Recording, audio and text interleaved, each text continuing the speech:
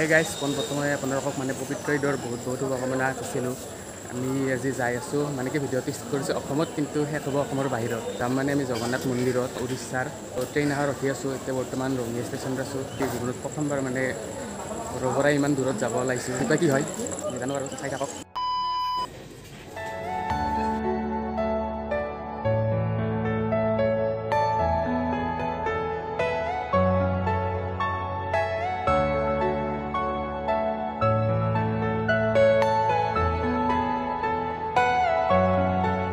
মানে guys just বঙাইগাঁৱৰ station পাৰ হ'লোঁ।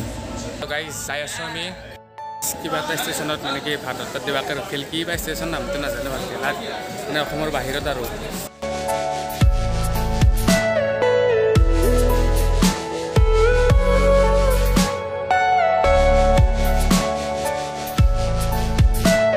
The next morning.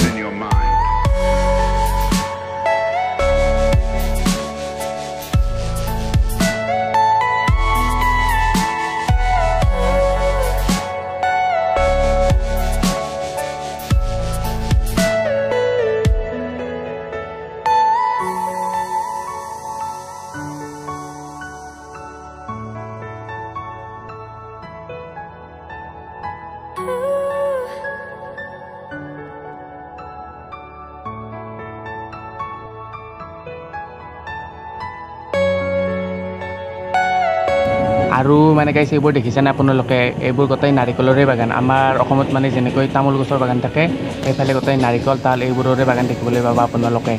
Finally Puri আহি পালোঁ। এইটো হ'ল পুৰীৰ ষ্টেচন। এইখন ট্ৰেইনতে আহিছিলোঁ আমি।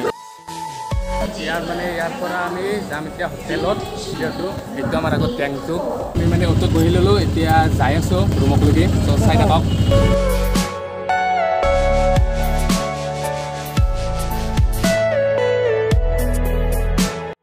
গাইজ ফাইনেলি ৰুম চুম ল'লোঁ। আপোনালোক দেখাইছোঁ তাৰমানে গাঁও ধুই লওঁ, ফ্ৰেছ হৈ লওঁ, তাৰপিছত লগ পাই আছোঁ। A few moments later. এই গাঁও ধুই পূৰা মানে ফ্ৰেছ হৈ ল'লোঁ। এতিয়া মানে ভাত খাবলৈ যাই আছোঁ। চাই থাকক।